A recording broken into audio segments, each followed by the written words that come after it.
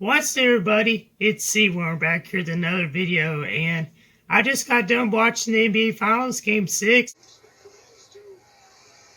Let's go! We champions, baby! They won 106-93. It was not a close game. The Lakers blew out the Miami Heat, and the second quarter was definitely a pivotal point of the game. The Lakers outscored the Heat 36-16 in the second quarter, and that was basically the deciding point of the game as the Lakers were ahead by up around 33 points at one point of the game, and from then on, everyone knew that it was going to be the Lakers' night, and they took home the championship, number 17 of their franchise history. They're now tied with the Boston Celtics for the most in NBA history. LeBron James won the MVP.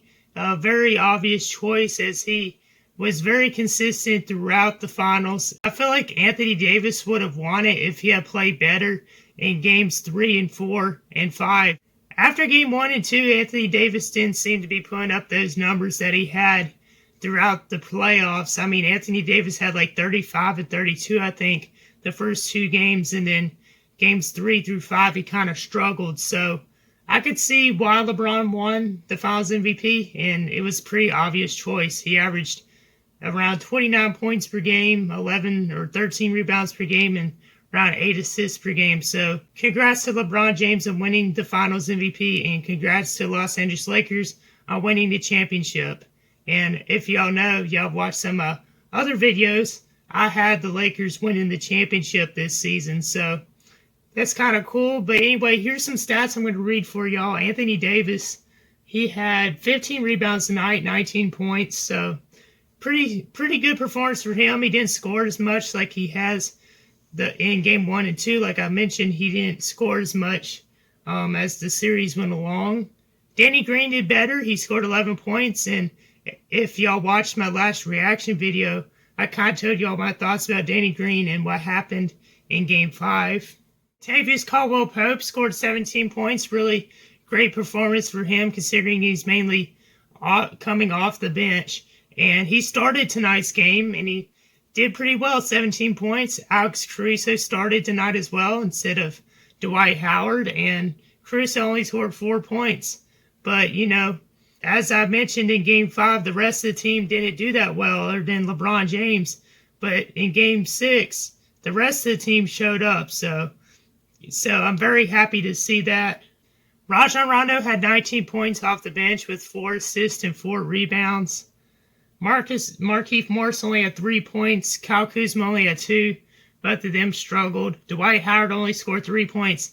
And it's funny, his only points was on a 3-point shot right in the final seconds of the game. So I thought that was kind of funny, but it was pretty cool to see him knock down another 3. And I was surprised that J.R. Smith and JaVale McGee didn't play. I thought they were going to get more playing time or whatever, but Frank Vogel said I guess we don't need y'all to play, but yeah, interesting. And now I'm going to pull up the Miami Heat. Yeah, Jimmy Butler didn't do good this game. I know a lot of people are like, oh, Jimmy Butler is going off. Jimmy Butler's doing that well. If y'all remember, Jimmy Butler struggled in, I think, Game 1. He only scored like 15 points in Game 1 or something like that. And he only scored 12 tonight, so Jimmy Butler did not have a great performance. Bam Adebayo did, though. He had 10 rebounds and 5 assists and 25 points. Jay Crowder had 12, Duncan Robinson had 12, and Tyler Hero had 10 points. And for the bench for the Miami Heat, Kelly Olynyk had 9 points. Solomon Hill had 5, and Goran Dragic had 5.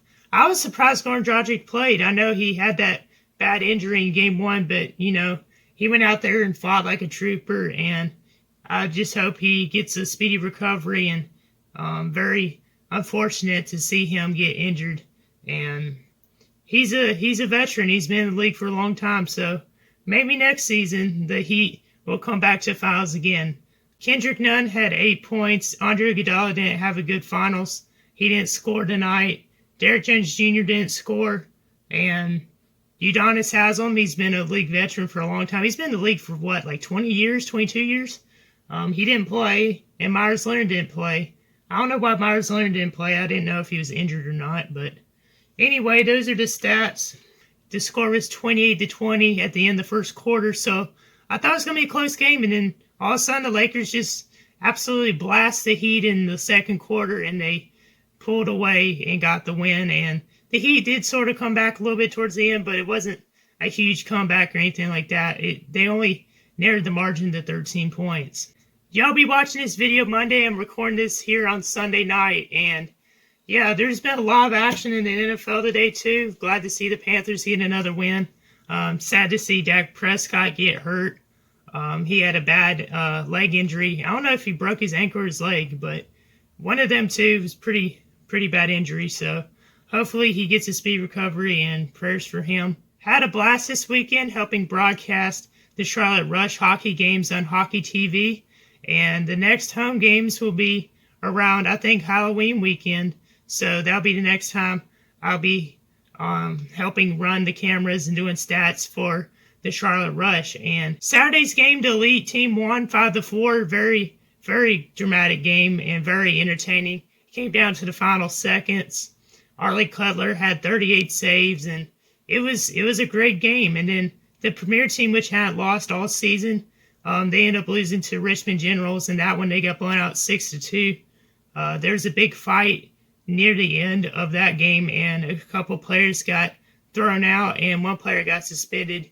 Luke Doppels for the Rush got suspended, and that was Saturday's games. And Sunday we had to get up and get to the arena at like 8 o'clock in the morning. Today's games, the Elite lost, and that went 6-5 in a shootout.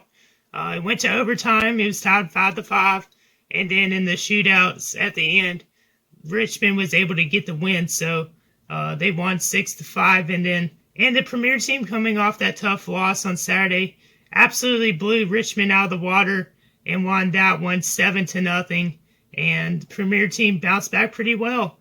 And David Battisti, their goalie, he played 2 days in a row, and he did really good in today's game compared to last one. And it was great to see both teams win a game and improve their records. I'm sure the Charlotte Rush are still on top of their division, so pretty cool to see. Got another busy week ahead of me and looking forward to it. And one thing I do want to share to y'all that I thought was kind of cool was one of my favorite YouTubers, Cash Nasty.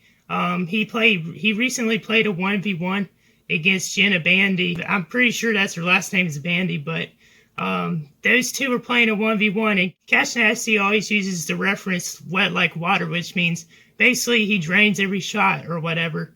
And he says the top of the key is his hot spot. And in this game against Jenna, he lost. He lost that game. You'll see it on the screen. And I was like, man, I can't believe Cash would lose, you know? And Cash is making fun of Flight Reacts for losing to her. And Fly gave her a much closer game. So I was like, man, Cash, it's kind of embarrassing. But, you know, I thought I was like going to kind of joke around a little bit. And I've tried messaging him before, and he never responded. I know he liked one of my comments one time on one of his YouTube videos. And I've been watching him since like 2016. So one of my favorite YouTubers, I was like, what would I do if I just mentioned him on my story? So I put this post you see right here on my story, and I said, at Cash Nasty, where's the wet like water? And I was like, man, honestly, I didn't think he was going to respond because he usually doesn't to most people, but he actually saw my story, and here's proof right here on the screen. And I was like, oh man, Cash actually saw this. So, you know, I don't know if like it offended him, made him mad or whatever, but I thought it was kind of cool he saw my story. And I've been trying to, I've tried messaging him and some other members from Too Hype because basically they're some of the main reasons why I started YouTube, and I've really enjoyed their videos and big fans of them. And I thought it was kind of cool that Cash saw my story. I tried messaging him afterwards, but he didn't respond back. But if he does, I'll let y'all know. And that's a little story I thought I should share. There's another thing I want to mention to y'all. I'm trying to figure out how to do some gaming videos on my computer. So look forward to that. Maybe y'all might be able to see some in the future. I'm going to try to do like a couple Among Us videos and stuff like that. So I hope y'all tune into those. And now my video I uploaded, I think it was Tuesday or Wednesday last week. I basically said that, you know, I was hoping I could get some like video suggestions and stuff like that. And I did get some. And there's some other ones that I'm trying to plan still, but still haven't been able to. So hopefully I could get those in by the end of the month. And I have a couple more videos coming out soon this week. So look forward to those, y'all. I hope y'all have a great week. And thank y'all for watching. If you haven't yet, please hit the like and subscribe button. And turn those notifications so you'll know the next time I upload. And until next time, I'm out. Peace.